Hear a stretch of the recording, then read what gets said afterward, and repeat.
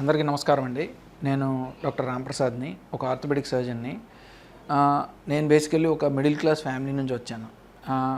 So మాలాంటి ఒక middle class family నుంచి వచ్చిన డాక్టర్ హాస్పిటల్ పెట్టుకోవడం అనేది ఒక రకమైన డ్రీమ్. సో ఈ మార్గదర్శితో అసోసియేషన్ యాక్చువల్లీ నాకు ఒక 12-13 ఇయర్స్ బ్యాకే స్టార్ట్ అయింది.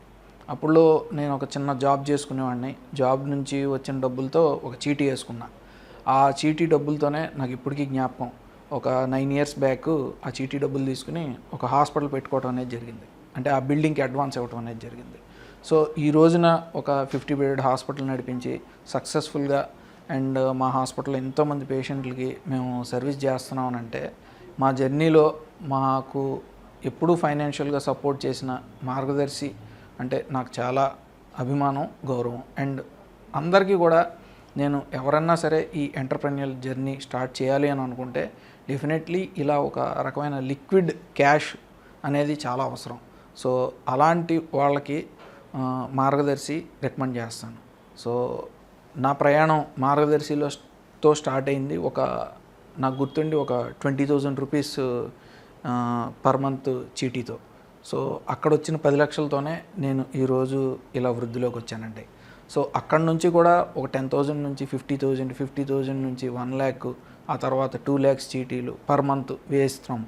సో ఇలాగా మార్గదర్శి మీద నమ్మకంతోనే మేమేంటంటే చీటీ అమౌంట్స్ కూడా హయ్యర్ అమౌంట్స్లోకి వెళ్ళడం జరుగుతుంది.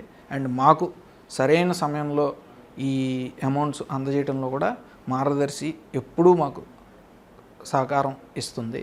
అండ్ ముఖ్యంగా ఏంటంటే ఈ మార్గదర్శి ఎండి అంటే ఇప్పుడు కాలం చేశారు రామోజీరావు గారు. మాకు అంటే నేను చిన్న వయసులో ఉన్నప్పటి నుంచి కూడా he is a man of true inspiration to us. And Ramojirao గారు కాలం చేయడం కూడా చాలా బాధాకరమైన విషయము.